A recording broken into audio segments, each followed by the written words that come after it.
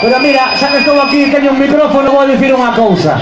Non creo que se arregle con un voto, Non está de máis que votemos, que votedes e pagades o que queirades, pero a rúa está aí e hai que seguir saindo, hai que seguir rompendo con todo, porque sempre haberá algo que romper.